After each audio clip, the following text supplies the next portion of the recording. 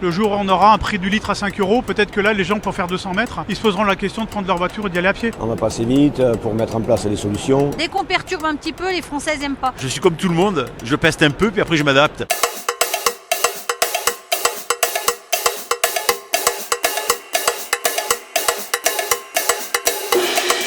C'est pour ça qu'il ne faut pas aller plus vite que la musique. Je pense qu'il faut faire à la fois de la pédagogie, il faut y aller doucement, il ne faut pas braquer et stigmatiser en tout cas les utilisateurs de la voiture. En même temps, il faut arriver à permettre à d'autres modes de déplacement moins coûteux aussi, peut-être plus appropriés aussi par rapport à la crise climatique que nous subissons, par rapport au prix de l'énergie. Il faut permettre à ces modes de déplacement d'émerger, même les favoriser. Mais personnellement, je n'oppose pas les uns aux autres. C'est juste une question de changement d'habitude. Là, j'entends les mauvais côtés de la chose parce que ça perturbe. Dès qu'on perturbe un petit peu, les Françaises n'aiment pas. Mais je vois, la semaine dernière, j'étais au congrès des départements à Albi. C'est tout piéton. À Dijon, qui est une grosse ville, pareil, c'est tout piéton en centre. Personne ne se plaint.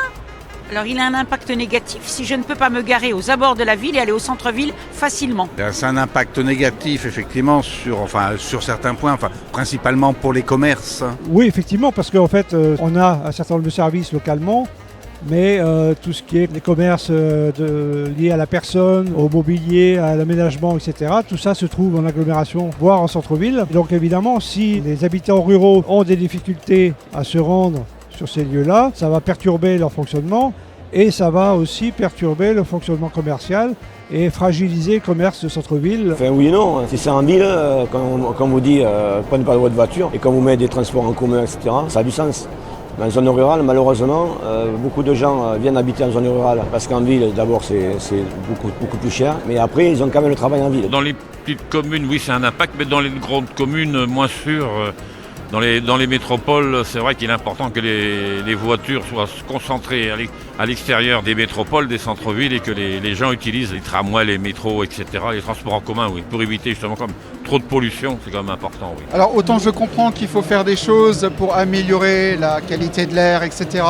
Et la ZFE va dans le bon sens par rapport à ça. Par contre, il ne faut pas être trop restrictif et laisser le temps au temps. Modifier le parc de véhicules, le verdir, le rendre peut-être plus électrique. Mais effectivement, aujourd'hui, les restrictions peuvent être très pénalisantes pour les habitants. Alors nous, on n'est pas directement impactés dans nos petits villages puisqu'on n'a pas ce type de normes. Mais dans les grandes villes, Lyon, Grenoble, etc., effectivement, ça peut poser un problème pour les gens qui n'ont pas la possibilité de changer leur véhicule. C'est un peu provocateur ce que je veux dire, mais l'essence, c'est pas encore assez cher. Voilà. Le jour où on aura un prix du litre à 5 €, peut-être que là, les gens, pour faire 200 mètres, ils se poseront la question de prendre leur voiture et d'y aller à pied.